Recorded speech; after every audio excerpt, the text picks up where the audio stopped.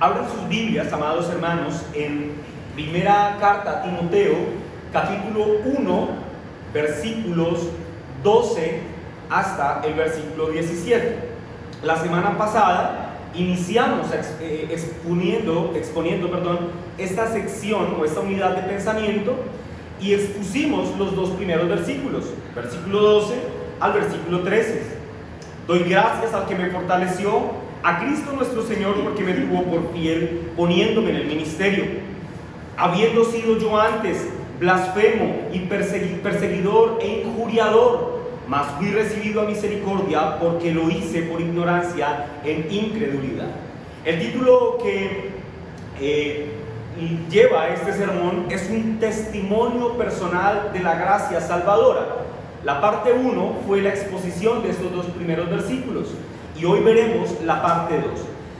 Recuerden, hermanos, que en este texto el apóstol Pablo está exponiendo su propio testimonio. Él está diciendo: hermanos amados, este es mi testimonio.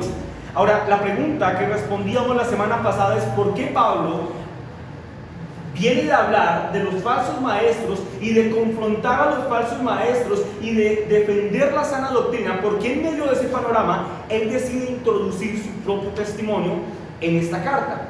Nosotros observamos que mientras Pablo habla de su testimonio, se le puede ver lo asombrado, lo maravillado que está cuando considera la gracia de Dios que le salvó, cuando él era un blasfemo, un perseguidor y un injuriador.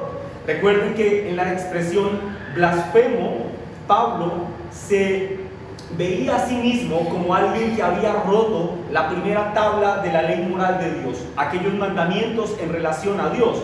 Pero en la segunda parte, cuando se define a sí mismo como perseguidor e injuriador, Pablo reconoce que él rompió todos los mandamientos de la segunda tabla de la ley moral de Dios, de los 10 mandamientos, es decir, de aquellos que tienen que ver con relación a mi prójimo. Pablo entonces dice: yo soy un hombre que ha pecado de todas las maneras posibles contra Dios y contra mi prójimo, y siendo así, siendo ese hombre que respiraba amenazas de muerte contra la iglesia, Dios me perdonó. Y no solo eso, me hizo ministro de su iglesia. Y lo hizo porque yo estaba en ignorancia y en incredulidad. Y aquí hablamos del pecado que se hace por ignorancia, el yerro, ¿recuerdan? El yerrar. Y hablamos del pecado que se hace por voluntariedad. Y vimos que aquellos que pecan voluntariamente contra la gracia de Dios están en serios problemas con el Señor, porque han pecado con conocimiento, saben lo que están haciendo. Y dice el autor de la carta a los Hebreos: para los tales ya no hay sacrificio, para ellos. En estos dos versículos, entonces, la semana pasada nosotros vimos 3 puntos a exaltar de la gracia de Dios. Lo primero que vimos fue la fuente de la gracia. ¿Quién es la fuente? Cristo. Luego vimos la necesidad de la gracia. ¿Por qué la gracia de Dios le es necesaria al pecador? Por eso, porque es un pecador. Porque de no ser por la gracia de Dios, lo único que le esperaría sería la condenación inminente en el infierno. Así que la gracia para que el pecador sea salvo es completamente necesaria. Por tanto, el pecador peca, por eso necesita gracia. Y lo tercero que vimos fue el poder de la gracia. Cómo esta gracia toma a un vil pecador como lo fue el apóstol Pablo y lo trae a misericordia. Aquel que fue el perseguidor de la iglesia fue objeto de la compasión divina. Alguien dijo en una oportunidad: la miseria de Pablo se enfrentó contra la compasión de Dios y la compasión de Dios venció. La miseria de los hombres se enfrenta siempre contra la compasión de Dios, y si este hombre ha venido en arrepentimiento y fe, la compasión de Dios vencerá sobre esta miseria del hombre. Hoy, hermanos, veremos lo que sigue de este testimonio. Versículo 14 al 17, dice así la palabra del Señor: pero la gracia de nuestro Señor, esto es maravilloso, fue más abundante con la fe y el amor que es en Cristo Jesús. Palabra fiel y digna de ser recibida por todos, que Cristo Jesús vino al mundo para salvar a los pecadores, de los cuales dice el apóstol: yo soy el primero. Pero por esto fui recibido a misericordia, para que Jesucristo mostrase en mí el primero toda su clemencia, para ejemplo de los que habían de creer en Él para vida eterna. Por tanto, dice el apóstol Pablo, por todo lo anterior, al Rey de los siglos, inmortal, invisible, al único y sabio Dios, sea honor y gloria por los siglos de los siglos. Amén. En estos versículos veremos otros tres aspectos maravillosos de la gracia de Dios. El primer aspecto que veremos hoy, hermanos, es la medida de la gracia. ¿Cuál es la amplitud de la gracia? ¿Cuál es el tamaño de la gracia? Luego veremos el propósito de la gracia. ¿Por qué Dios extiende gracia a los pecadores? ¿Cuál es la razón por la que lo hace? Y tercero, veremos la respuesta que todo verdadero creyente debe tener en torno a la gracia, de Dios. Es importante mencionar que el concepto de gracia en esta unidad de pensamiento del versículo 12 al 17 solo se menciona en el versículo 14. No obstante, si ustedes leen todo el texto, ustedes se darán cuenta que el pensamiento del apóstol Pablo en estos 5 versículos está completamente impregnado de la gracia de Dios. Ahora la pregunta es, pastor, ¿qué es exactamente la gracia de Dios? Antes de que veamos estos 3 puntos de la gracia, sería importante definir qué es la gracia de Dios. La palabra gracia que encontramos en el Nuevo Testamento la traducimos de la palabra griega charis, que significa favor, bendición o bondad. Pero estas expresiones, favor, bendición o bondad, se dicen en el contexto de que aquel que recibe ese favor, esa bendición o esa bondad no merecía recibirlas. Eso es gracia. En un sentido amplio de la palabra, todos nosotros podemos tener gracia hacia nuestros semejantes. Si por ejemplo mi hijo se porta mal conmigo, yo decido hacerle entender que se ha portado mal, le doy un abrazo y le digo que lo amo cuando él tal vez merecería mi rechazo por haberse portado mal. Allí estoy teniendo gracia con mi hijo porque le amo.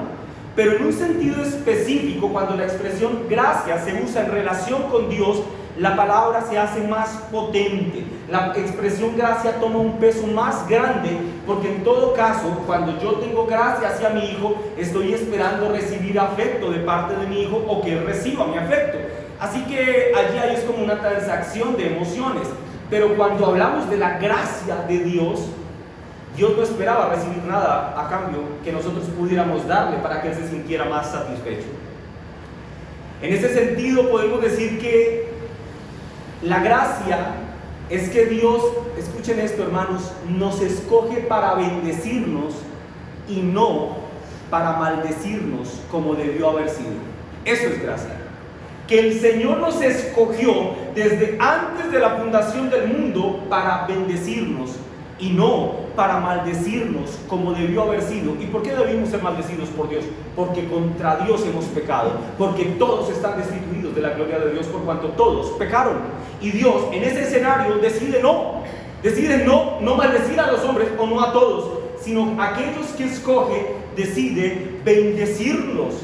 Efesios, un texto muy conocido, Efesios 2:8 dice: porque por gracia sois salvos por medio de la fe, y esto no de vosotros. Hermanos amados, la única forma en la que el hombre se puede relacionar con Dios para efectos del pacto es a través de la gracia. Es a través de la gracia. Ningún hombre puede tener una relación real con Cristo si no es porque ya ha sido alcanzado por esa gracia. Muchos individuos hoy creen que aman a Dios y creen que son creyentes, creen que creen, pero la gracia de Cristo no les ha alcanzado, así que lo que creen que creen es falso, creen falsamente, se han engañado a sí mismos. Puede creer realmente quien ha sido alcanzado por esta gracia, quien fue visto con misericordia, a quien se le extendió bendición en lugar de maldición. Ese es el que puede tener una relación particular con Dios. Alguien podría decir: pastor, ¿cierto que en el Antiguo Testamento no había gracia? La gracia es exclusiva del Nuevo Testamento, porque es que fue hasta el Nuevo Testamento que Cristo vino. Hermanos, la gracia está presente a lo largo y ancho de todas las Escrituras. a lo largo y ancho de todas las Escrituras. Pueden ustedes recordar allí en Génesis, Dios pone a nuestros padres, Adán y Eva, en el huerto del Edén. Nuestros padres se rebelan contra el Señor y el Señor viene y los destruye porque esta es su justicia.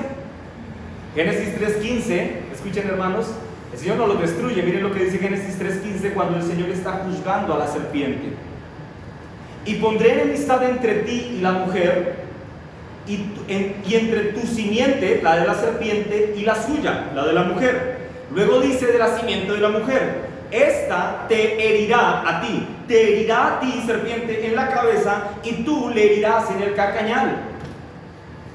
La serpiente herirá gravemente al hijo de la simiente de la mujer, pero no de muerte. Gravemente es diferente a muerte. Pero el hijo de la simiente de la mujer, que no es otro sino Cristo, le herirá en la cabeza, y esta es una herida mortal. Esta es la gracia que Dios en su justicia pudo haber matado a nuestros padres allí en el huerto, por haberse rebelado contra su mandato de Génesis 2:17. Mas del árbol del conocimiento del bien y del mal no comerás, porque del día que de él comiere, ciertamente morirás. En su justicia, Dios pudo exterminar a nuestros padres y la historia pudo haber llegado hasta allí, pero no fue lo que Dios hizo, mis hermanos. Dios mismo, allí, el traicionado, se acerca a los traidores y establece un camino para que estos traidores vuelvan a estar en comunión con Él. Y ese camino lo establece a través de un vínculo pactual que se fundamentaría en el derramamiento de la sangre de aquel que es la simiente de la mujer, de Cristo. ¿Ven la gracia? Desde Génesis, mis hermanos, desde Génesis el Señor prometió que Cristo vendría y remediaría aquel error que cometió el primer Adán en el huerto del Edén. El segundo Adán vencería donde el primero falló. En síntesis, hermanos, podemos decir que la gracia es que Dios da el mayor tesoro que existe a los menos merecedores de ese tesoro. Eso es gracia. Dios da el mayor tesoro, las mayores riquezas que existen, se las da a los menos merecedores de esa gracia. Dios da a su Hijo en rescate de aquellos que le aborrecían. Eso es gracia, mis hermanos. El tesoro es Cristo, y los no merecedores de Cristo somos todos nosotros, los que estamos acá, incluida la bebé que está en el vientre. Todos somos no merecedores de esa gracia. Hecha esta introducción respecto a lo que es la gracia, veamos el versículo 14 y consideremos cuál es la medida de la gracia. Versículo 14. Pero la gracia de nuestro Señor Jesucristo, escuchen esta expresión con énfasis, fue más abundante con la fe y el amor que es en Cristo Jesús.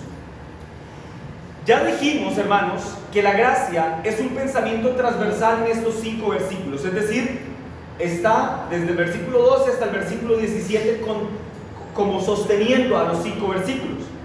Pero ahora pongan atención a la expresión más abundante. Él dice: pero la gracia de nuestro Señor Jesucristo, y viene de hablar de su vida anterior, de su pecado, y dice que en su pecado fue un blasfemo, un perseguidor y un injuriador, alguien que ha roto los 10 mandamientos, y luego frente a ese escenario dice: pero la gracia de nuestro Señor fue ¿qué? Más abundante que ¿qué? Que todo ese pecado que él cometió en su vida anterior. Esto es maravilloso, mis hermanos. La expresión más abundante viene de la palabra griega uperpleonazo. Escuchen, yo sé que esto puede ser un poco confuso, pero quiero explicarlo. Uperpleonazo es la palabra más abundante. Es una sola palabra en el griego, es una palabra compuesta que viene de 2 palabras. Una que es pleonazo, que significa abundante, y la otra que es uper, que es una expresión griega que se le ponía a las palabras para decir que es algo muy grande. Es algo como cuando nosotros decimos es hiper mega bueno. ¿Sí me hago entender? Y Pablo entonces no dice la gracia de Dios fue abundante. No, él dice la gracia de Dios fue hiper abundante, o como se diría en griego, fue Uper pleonazo, fue uper pleonazo, hiper abundante. Es algo así como decir, la gracia de Dios fue tan abundante que se desbordó del vaso. No cabía, no había forma de contenerlo. Lo que señala la expresión hiper, pues tiene la idea de hacernos saber que esta es una medida que se ha desbordado. La gracia de Dios es una medida desbordada.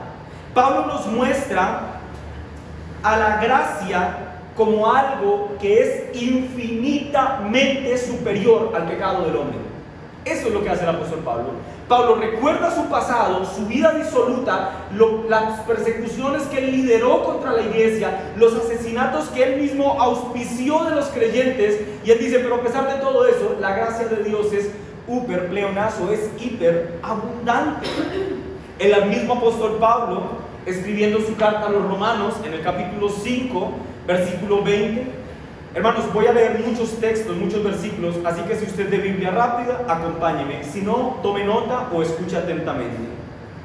Hablando de esta gracia que sobrepasa el poder del pecado, el apóstol Pablo dice en Romanos 5:20, pero la ley se introdujo para que el pecado abundase, mas cuando el pecado abundó, sobreabundó la gracia. Esta es la gracia de Dios, hermanos. Qué maravillosa es. En resumidas cuentas, el apóstol Pablo presenta la gracia de Dios como un recurso inagotable, como profundo, como inentendible en sus extremos. Lo muestra como algo que es derramado en cada individuo que ha puesto su confianza en Cristo. La gracia, mis hermanos, es más grande que el pecado de cualquier hombre. Es decir, hermanos, no hay pecado que no pueda ser cubierto por esta bendita gracia de Dios. No hay pecado que se quede por fuera de la bendita gracia de Dios. Claro está, estamos hablando de un hombre que ha venido en arrepentimiento y fe delante del Señor. Si se ha venido en arrepentimiento y fe genuinamente delante del Señor, no hay pecado que no pueda ser cubierto por la gracia de Dios. Pero noten ustedes, hermanos, que esta gracia, que es súper abundante, no viene sola. Esta gracia superabundante, cuando es derramada en la vida de un individuo, trae dos cosas maravillosas: fe y amor, que es en Cristo Jesús. Esto es hermoso, hermanos.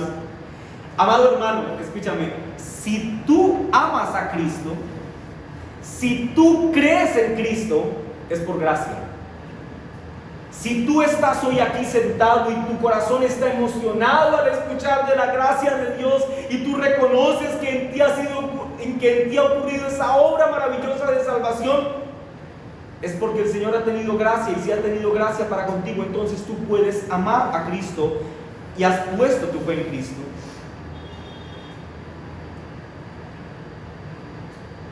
Esa gracia, hermanos, esa gracia que escoge para salvación, esa gracia que nos llamó a novedad de vida, fue la que nos otorgó la posibilidad de poner nuestra confianza en Cristo y de amarle a Él. Si un hombre no confía en Cristo, si un hombre no ama a Cristo, ciertamente la gracia de Dios no ha sido derramada en él.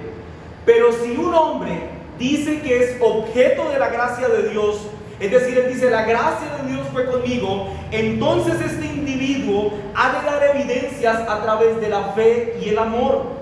En otras palabras, mis hermanos, la fe y el amor son características permanentes de un verdadero creyente. Colosenses 1:23 declara: si en verdad permanecéis fundamentados y firmes en la fe, y sin moveros de la esperanza del evangelio que habéis oído, el cual se predica en toda la creación que está debajo del cielo, del cual yo, Pablo, fui hecho ministro. Noten esto: firmes en ¿qué? En la fe. Un creyente se caracteriza por su firmeza en la fe. Ahora veamos la firmeza en el amor. Primera de Juan 3:14. Nosotros sabemos que hemos pasado de muerte a vida, es decir, nosotros sabemos que esa gracia fue derramada. Primera de Juan 3:14. nosotros sabemos que esa gracia fue derramada en nosotros y tenemos evidencia de que eso ocurrió, dice el apóstol Pablo en la parte B, en que amamos a los hermanos. Y luego agrega, el que no ama a su hermano permanece en muerte. La falta de amor es una evidencia de la falta de gracia en la vida de un individuo. La falta de amor, mis hermanos, es la evidencia de la falta de gracia en la vida de un individuo. La falta de fe es una evidencia de la falta de gracia en la vida de un individuo. Esta es la medida de gracia de Dios. Es una gracia hiperabundante. Es una gracia que es superior a todos nuestros pecados. Es una gracia que desciende como un don celestial desde lo alto, y cuando somos alcanzados por esa bendita gracia que es Cristo, entonces estamos capacitados para confiar en Él y para amarle. Así de grande es la bendita gracia de Dios, que nos libra de las fauces del infierno y nos capacita para amar a Cristo. Hace 8 días en el sermón anterior dije que mi propósito con esta enseñanza, hermanos, era que cuando ustedes salieran por esa puertita, salieran amando más a Cristo. Y ruego al Señor, mis amados hermanos, para que esto ocurra hoy también. Que ustedes puedan amar más a Cristo al considerar esta abundante gracia. ¿Sabes por qué estás aquí sentado? Por gracia. ¿Sabes por qué estás atendiendo al sermón? Por gracia. ¿Sabes por qué hoy no estás enguayabado o tirado por allá en un andén? Por gracia. Considerar esta gracia debe dejarnos estupefactos, atónitos, y conducir a que amemos más a Cristo. Veamos el segundo aspecto que el apóstol Pablo trata sobre la gracia. Versículo 15 y 16.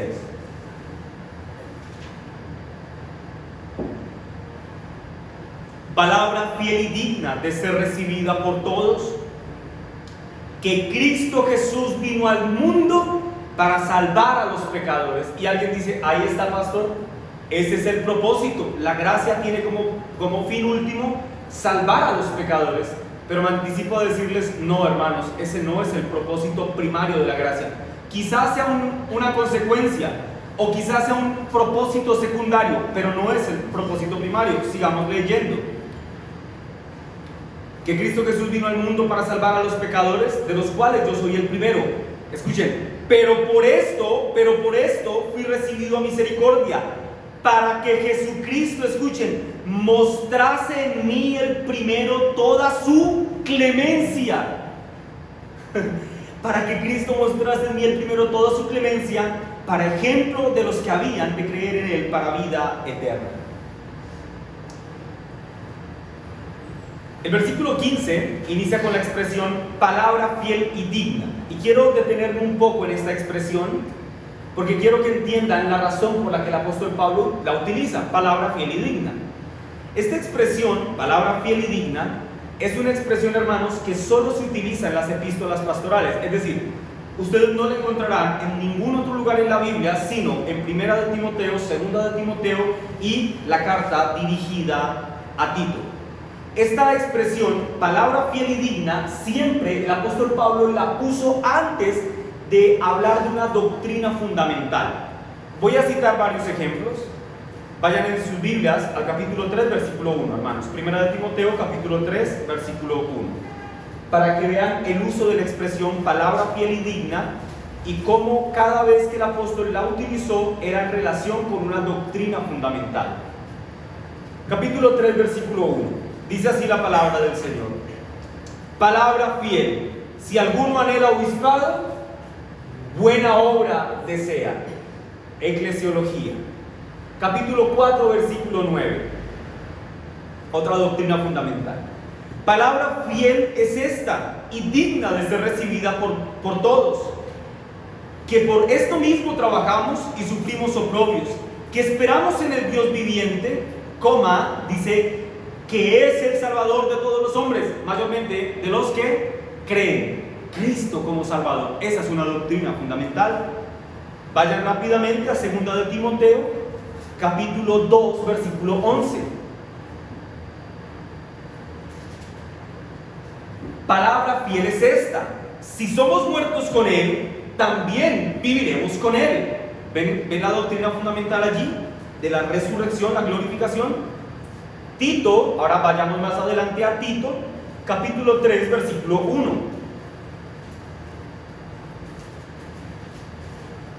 Palabra fiel es esta: y en estas cosas quiero que insistáis con firmeza, para que los que creen en Dios procuren ocuparse, escuchen, en buenas obras.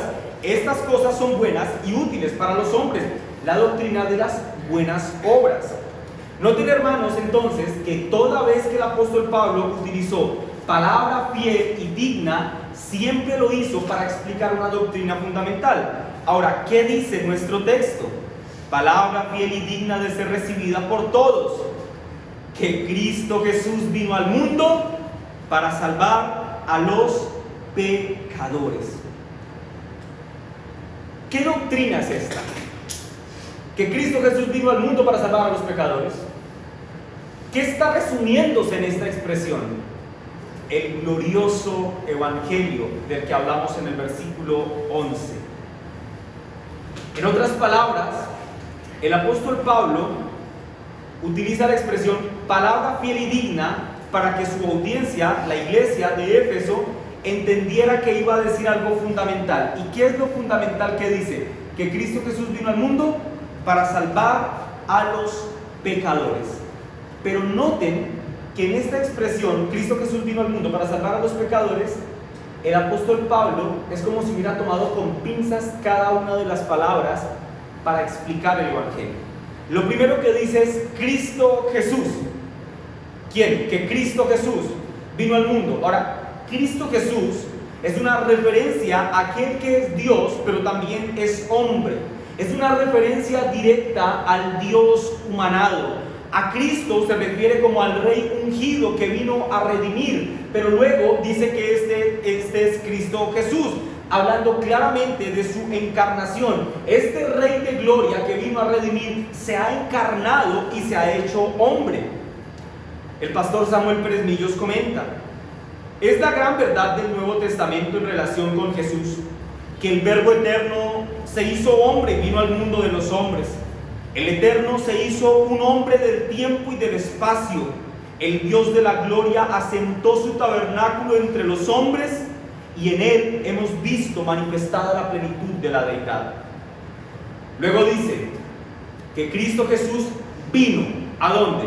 Al mundo. Pero ojo, no dejen escapar la expresión vino, porque esta expresión transmite muchísimo. Vino significa que Él vino hasta este lugar. ¿A qué hace referencia la expresión vino?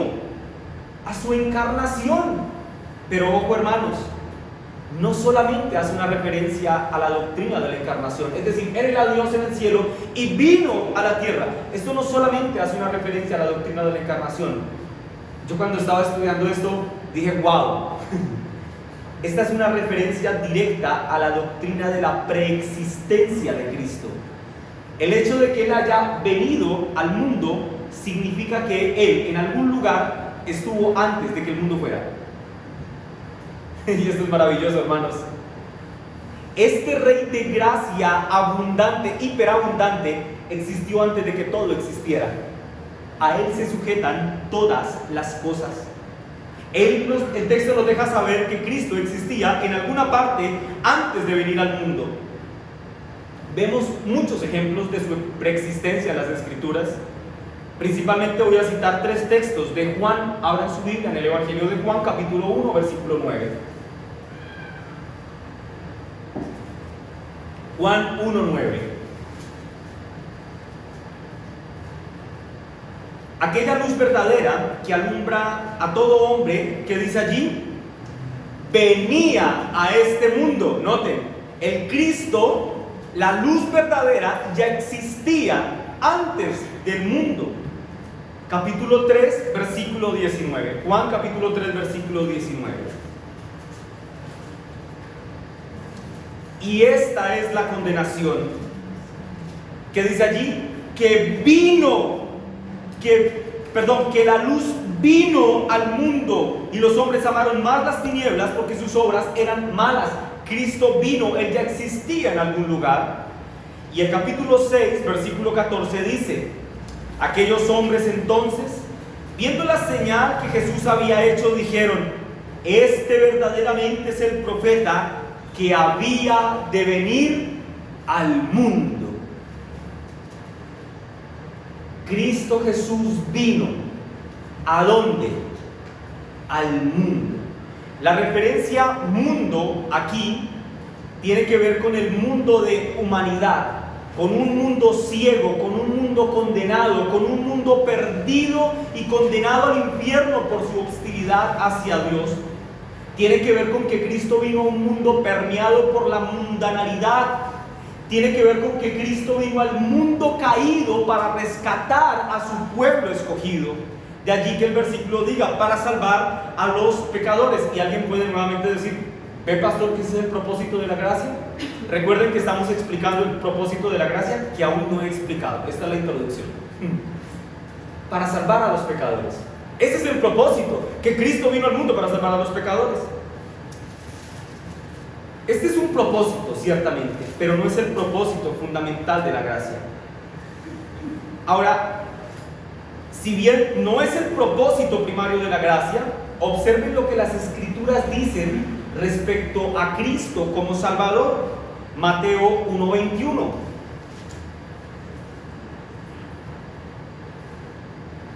Él salvará a su pueblo de sus pecados.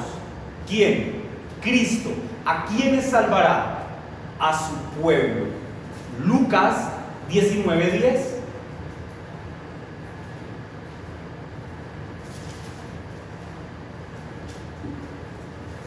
El Hijo del Hombre vino a buscar y a salvar ¿a quiénes? A lo que se había perdido. El propósito primario de la gracia no es salvar a los perdidos. Salvar tiene que ver con librar de la muerte, de las tinieblas, del pecado, del infierno y de su juicio. Pero ese no es el propósito primario de la gracia. Cuando la Escritura aquí nos habla de pecadores, vino a salvar a pecadores, se refiere a aquellos que están destituidos de la gloria de Dios. ¿Quiénes son los que están destituidos de la gloria de Dios? Todos. Pero repito, este no es el propósito primario. Luego Pablo dice: de entre esos pecadores yo soy el primero. Y muchos en este punto no estarían de acuerdo con el apóstol Pablo. Dirían: no, Pablo, mira, tú eres un apóstol, tú cometiste tus errores, pero te has arrepentido. ¿Cómo vas a decir que eres el primero entre todos los pecadores? Yo a veces pienso que quienes no están de acuerdo con la expresión del apóstol Pablo no lo están por una razón sencilla. Pablo, cuando él dice: yo soy el primero de los pecadores en este reino caído, yo soy el primero de esos que ha caído, denota humildad al reconocer su condición de pecado. Y yo pienso que quienes luchan con esta expresión, yo soy el primero de los pecadores, es porque tienen muy poco de esta humildad para verse a sí mismos como pecadores.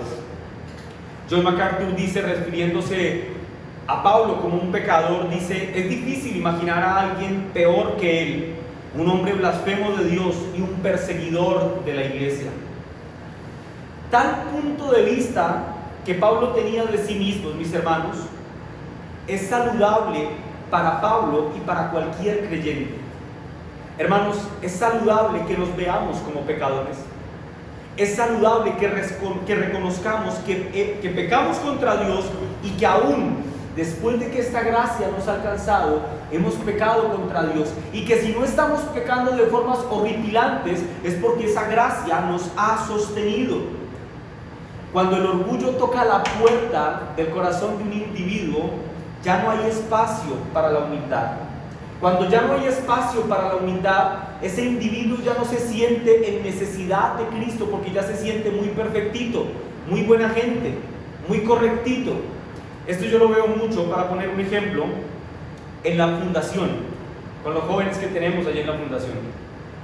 llega un punto en el que ellos están allí dentro de la institución, que ellos dicen, oiga, yo estoy mal, si yo no estuviera aquí, yo estaría perdido en las drogas, estaría botado en un andén. Bueno, se imaginan su vida de la peor manera posible, lo cual es cierto para ellos.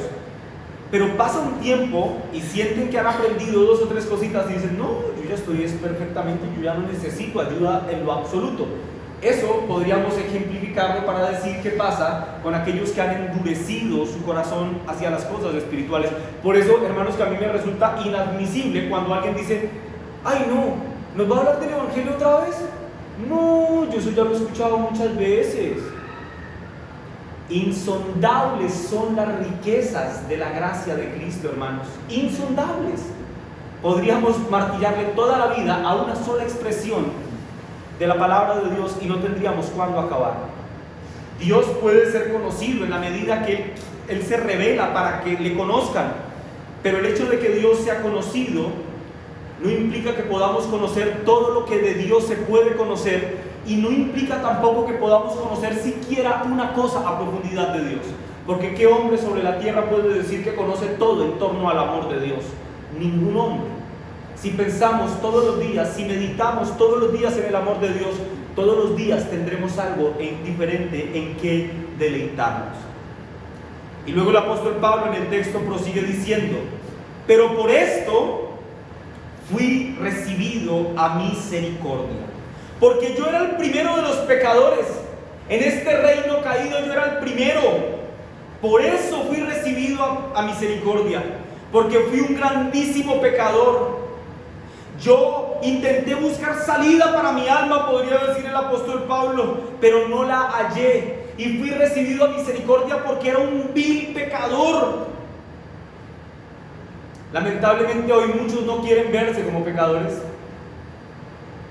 Es más, no quieren que en las iglesias se hable de pecado, juicio o condenación. Pero el apóstol Pablo, el apóstol que escribió mayoritariamente el Nuevo Testamento, se ve a sí mismo como el primero de los pecadores. Luego comenta el pastor John MacArthur lo siguiente, para hablar del propósito de la gracia.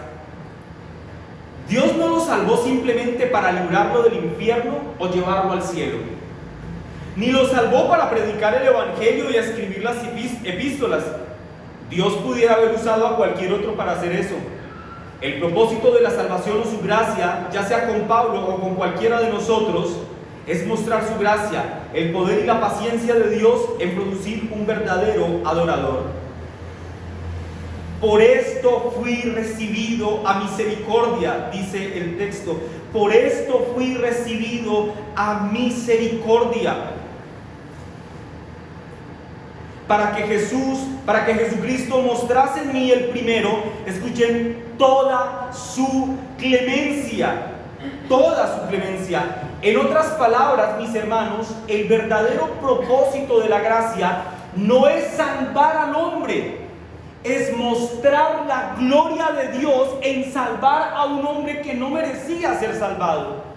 En síntesis, el propósito de la gracia es traer gloria al nombre de Dios en esta manifestación de poder que Él hace de sí mismo. Dios pudo hacer justicia. Dios pudo derramar su ira en todos nosotros, pero nos perdonó, y en ello muestra su poder. Y cuando muestra su poder, su nombre ha de ser exaltado por todos los que estamos aquí, al reconocer que cuando merecíamos justicia e ira, recibimos amor y misericordia. Así que el propósito principal de la gracia es glorificar a Dios, y en segundo lugar, el efecto colateral de que Dios sea glorificado es que nosotros somos bendecidos con la salvación. Así que el propósito principal no es salvar. El propósito principal es glorificar a Dios en los cielos por dar salvación a los culpables. Hermanos, si nosotros consideramos esta escena, Dios Todopoderoso en los cielos, los hombres pecaminosos en la tierra han pecado contra este Dios naturalmente podría destruirnos y allí mostraría su poder y su firmeza. Pero el Señor no hizo eso. Nos perdonó. Y no solamente nos perdonó, sino que en el sacrificio de su Hijo, en el que nos perdona, nos unió a su familia y nos hizo sus propios hijos adoptivos. ¿Y qué podemos hacer frente a eso nosotros? Responder con adoración en nuestro corazón, glorificar a este Rey de Reyes en nuestro corazón, que pudiendo mostrar ira y justicia, mostró gracia y misericordia para con nosotros. Cuán clemente ha sido el Señor con nosotros. Hermanos, la expresión clemencia puede ser traducida como longanimidad y más precisamente puede ser traducida como paciencia. En cualquier caso, longanimidad, paciencia o clemencia, el original griego tiene la intención de transmitir esta idea, con que unos brazos son extendidos para abrazar con amor y dulzura. Cuando el Señor, hermanos, ha sido clemente con nosotros, y lo ha sido, cuando el Señor ha sido paciente con nosotros, contigo, y lo ha sido, el Señor nos ha extendido sus brazos para abrazarnos con ternura y con amor. Algunos jóvenes acá que tienen 18, 16, los más jóvenes acá tienen 16, otros 4, 5 o 6 años. En esos 5 o 6 años o 16 años el Señor ha tenido misericordia. Otros que nos avanzan en años y en sabiduría, que tienen 50, 60, 70 años, durante 50, 60 o 70 años el Señor te ha tenido misericordia. Y si tú no has caído como peso muerto al infierno, es porque el Señor ha tenido misericordia, ha sido paciente contigo. Es en esa paciencia que Dios manifiesta el poder de su gloria, y allí, al observar esta misericordia, los creyentes debemos responder con gloria en nuestro corazón para nuestro Dios. Esta es la grandeza de nuestro Dios, hermanos. Pero como si esto no fuera algo que sobrepasa nuestro entendimiento ya, el apóstol Pablo agrega al final del versículo 16, y esto es precioso: para ejemplo de los que habrían de creer para vida eterna. Y aquí vemos como una consecuencia del propósito. Pablo se ve a sí mismo en su testimonio, porque recuerden que está contando su testimonio de cómo Dios lo libró del infierno siendo él un pecador terrible. Pablo ve esa situación de su vida, de cómo Dios le rescató, como un ejemplo para todos nosotros, hermanos amados. Pablo dice: Dios fue paciente conmigo y lo será contigo, pecador. Si los pecados de Pablo, que fueron terribles, dice MacArthur, no podemos imaginar un pecador peor que Pablo. Si los pecados de Pablo, que fueron tan terribles, no pudieron sobreponerse a la gracia de Dios, hermanos, esta noticia es maravillosa.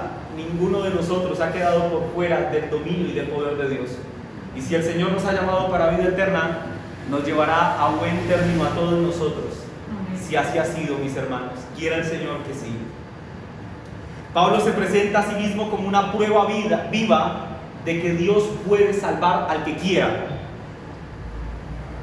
Se presenta como un modelo de cómo Dios puede elegir y salvar a quien a Él le plazca del medio del mundo.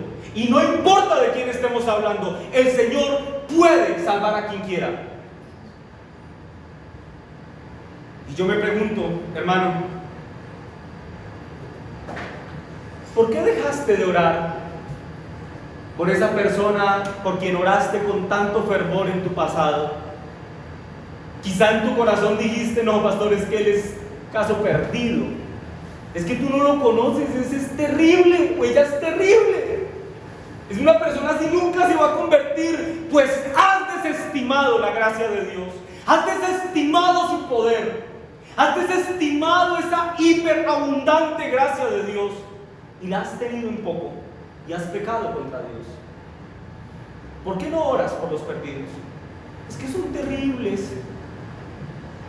Un blasfemo, perseguidor e injuriador como Pablo no solo fue salvado, sino que fue hecho apóstol de Cristo y el más grande de los teólogos de toda la historia de la humanidad. Así que ¿crees que hay un caso perdido entre los hombres que no puede ser salvado por Dios? Es más, algunos dudan de su propia salvación. ¿Crees que tú eres un caso perdido y que Dios no te puede salvar? Querido amigo, ven en arrepentimiento y fe, y te garantizo, te lo firmo donde sea. Si vienes en arrepentimiento y fe, la Escritura dice que el corazón contrito Él no lo echa afuera, que al que toca Él le responde. Clama al Señor y Él te responderá. No hay nadie, no hay hombre sobre la tierra que sea un caso perdido para Dios. Es que Él es homosexual. ¿Usted no se imagina lo que Él ama el pecado? ¿Y eso qué? ¿Acaso eso no es tan grave como ser mentiroso? ¿Acaso eso no es tan grave como ser fornicario? ¿Acaso eso no es tan grave como ser ladrón? Y si en todos estos escenarios Dios puede traer vida, ¿por qué tú no oras y por qué no predicas el Evangelio?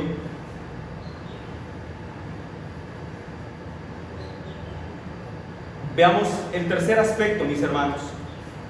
La respuesta del hombre a la gracia de Dios. ¿Qué debemos hacer cuando observamos esa gracia y nos sabemos beneficiarios de ella? ¿Qué debe hacer un hombre cuando ha sido alcanzado por la gracia de Dios? Versículo 17.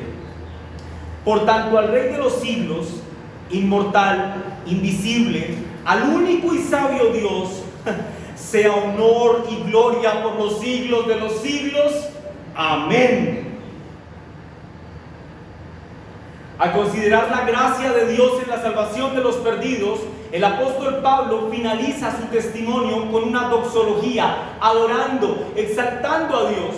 En el versículo 12, el apóstol Pablo inicia diciendo: doy gracias a quien me fortalece, a Jesucristo. Y ahora, cuando finaliza su testimonio, dice: gloria sea al Señor, por los siglos de los siglos, alaben a aquel que nos fortaleció y que me dio gracia para tener vida y vida abundante. Al considerar la pecaminosidad de su propia vida, pensando en su pasado, el apóstol Pablo mira hacia atrás y recuerda quién era, y espontáneamente estalla de emoción. Brotan de sus labios alabanzas hacia Dios al recordar el miserable que fue en el pasado. Hermanos, ¿quieren tener motivos para estar con la chispa encendida? ¿Quieren tener motivos para amar a Cristo? Recuerden quiénes eran ustedes antes de la conversión. Y véanse hoy aquí sentados, escuchando un sermón. Véanse hoy aquí, viniendo a congregarse. Si estás aquí, recuerden que lo dijimos al principio, es por la pura gracia de Dios. Estarías en otras, hoy estarías en otras, desenguayabando. Pero si estás aquí, mi hermano amado, es por la pura gracia de Dios. ¿Quieres tener un motivo para amar a Cristo, para adorarle y para exaltarle? Recuerda quién eras antes y mira quién eres hoy. Recuerda el hueco de la cantera de donde fuiste sacado y mira lo que el Señor ha hecho en tu vida. Recuerda cómo el Señor te ha sostenido en los momentos de enfermedad, de angustia, de aflicción, de dolor, de tristeza, de soledad. Y sigues aquí porque el Señor te ha sostenido. Lamentablemente muchos hoy ya no piensan en la gracia. Profesos creyentes pasan sus días pensando en sí mismos, pensando en la enfermedad que tienen, pensando en las dificultades económicas, en las deudas, en sus preocupaciones en generales. Escasamente piensan en Dios, tal vez antes de acostarse a dormir. Señor, te doy gracias por este día que fue una porquería, pero te doy gracias. Las aflicciones son el protagonista en la mente de muchos cristianos hoy. Hermanos, cuán diferente sería nuestra vida cotidiana si el protagonista de nuestras mentes fuera Cristo. Si de continuo tuviéramos al Señor en nuestras mentes, constantemente estuviéramos meditando en Él, en su grandeza, en su amor, en su piedad, en su bondad, en su benignidad, cuán diferente sería nuestra vida. Cuán diferente sería nuestra respuesta a nuestra esposa o esposo en medio de un enojo cuando tenemos nuestro pensamiento impregnado de Cristo. Cuán diferente sería nuestra respuesta frente a la pérdida del trabajo, a la frustración, al accidente, a la enfermedad, si tenemos nuestra mente impregnada de Cristo. Hermanos, consideren a Cristo su gracia hiperabundante y mediten en ella de día y de noche. Por tanto, al Rey de los siglos, dice el apóstol Pablo. La expresión por tanto es como, él viene de hablar de la gracia, así que dice como que tengan en cuenta lo que acabo de decir de la gracia, y ahora se refiere a él como al Rey de los siglos. Eso se puede traducir literalmente como al Rey de las edades, refiriéndose a las dos edades que los judíos tenían en su cabeza, que era la edad presente y la edad por venir. Pablo se refiere a Dios como aquel que no tiene principio y que no tiene fin, como aquel que existe fuera del tiempo y existe fuera del tiempo todo el tiempo. Luego dice que ese a quien hay que darle gloria y honra es inmortal, significa que Él es imperecedero, que Él es incorruptible, que nunca conocerá la muerte, que su poder nunca decaerá, que su poder y su capacidad para salvar nunca menguará.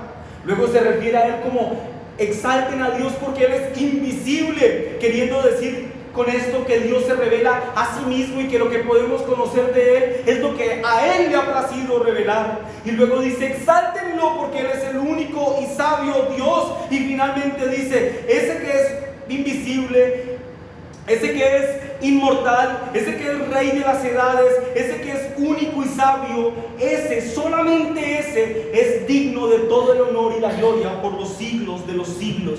Finalmente termina con un firme amén, que significa así sea. A diferencia de los falsos maestros,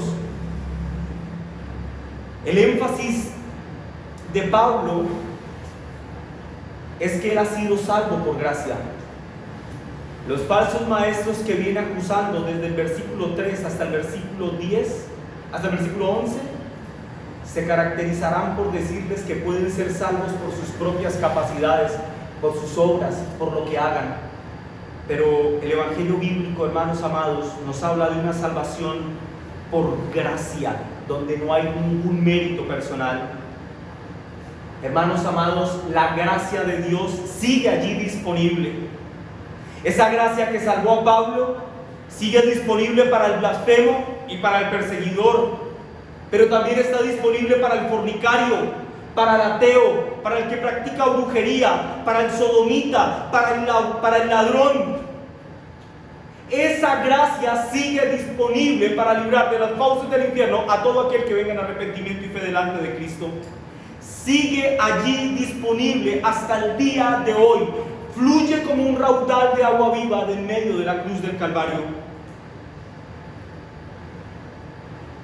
Alguien puede decir, pastor, este es mi caso, yo necesito de esa gracia. Yo no he sido beneficiario de ella nunca. Bueno, si tú eres creyente, también la necesitas, porque esa gracia es la que te sostiene. Pero alguien puede decir, pastor, bueno, yo no soy creyente, esta gracia nunca ha sido real en mi vida. ¿Qué puedes decirme, pastor, si yo nunca he sido beneficiario de esa gracia? Debo decirte que no pierdas más el tiempo. No pierdas un instante más de tu vida y no vivas en la miseria que has vivido hasta hoy. Ven hoy mismo en arrepentimiento y fe y bebe de esta abundante fuente de clemencia y no pierdas un segundo más, porque tú no sabes lo que va a pasar saliendo de esa puerta. Y tú puedes irte de este lugar en enemistad con Dios y no saber lo que va a pasar saliendo de esa puerta. Ni tú ni yo sabemos cuándo nuestra vida se extinguirá, solo lo sabe el Señor. Pero lo que sí sabemos es que no sabemos cuándo puede ser, que puede ser saliendo por esta puerta. Y si el peligro es tan inminente, ¿por qué te resistes a venir en arrepentimiento y fe delante del Señor? Y hermanos amados, ahora me dirijo a ustedes. Al considerar la abundante gracia de Dios, les animo a que abundemos en alabanzas en nuestros corazones, pero escúchenme bien, también en nuestras acciones. Que nuestras acciones den evidencia, hermanos, escúchenme, que nuestras acciones den evidencia de que un día fuimos objetos de la gracia de Dios. Creyente, ¿te sientes desanimado? ¿Sientes que has perdido la fuerza? sientes que ya no puedes más o que la carga está muy pesada y que Dios te ha puesto en muchas pruebas y entonces el desánimo ha albergado tu corazón, pues te animo a que recuerdes aquel día en el que por primera vez pudiste verte a ti mismo como un pecador y al mismo tiempo pudiste reconocer que habías sido beneficiario de la gracia. ¿Lo recuerdas? Todos recordamos ese día en el que, en medio de una situación difícil, llenos de dolor, de turbación, o sencillamente en medio de la pasividad de nuestras vidas, como ha ocurrido con muchos hombres a lo largo de la historia, pudimos vernos a nosotros mismos como pecadores. Y el dolor empezó a inundar nuestras almas al sabernos que habíamos pecado contra un Dios santo. Pero luego, casi que sin ponerlo en nuestros labios, no habíamos terminado de clamar al Señor cuando ya su gracia estaba siendo derramada en nosotros. ¿Lo recuerdan, creyentes? Y de inmediato pudimos sentir esa clemencia, ese abrazo amoroso de Cristo. ¿Quieres motivarte, creyente? Recuerda que esos brazos no han dejado de abrigarte hasta el día de hoy. Recuerda eso y alaba a Dios, glorifica a Dios, canta para tu Dios por las perfecciones de Cristo. El versículo 17 inicia con la expresión por tanto, algo así como recuerden de la gracia, y finaliza con un amén, que significa así sea. Por su gracia amemos más a Cristo. Amén. Ruego al Señor para que si alguno no ha experimentado esa hiperabundante gracia de Dios, que el Señor utilice este sermón, este culto, para que esto sea una realidad en sus vidas. Y finalizo uniéndome a las dulces palabras de Joseph Hart en un corto poema que escribió respecto a la gracia. Venid pecadores, pobres y necesitados, débiles y quebrantados, enfermos y llagados, al Salvador Jesús venid, que ya está presto, lleno de amor, piedad y poder. Él puede, no lo dude, Él quiere, Él puede, no lo dude, Él quiere. Venid cargados y trabajados, por la caída golpeados y destrozados. Si esperáis hasta ser mejores, nunca veniréis, jamás podréis. No a los justos, sino a los pecadores vino Jesús. No a los justos, sino a los pecadores vino Jesús. Amén y amén.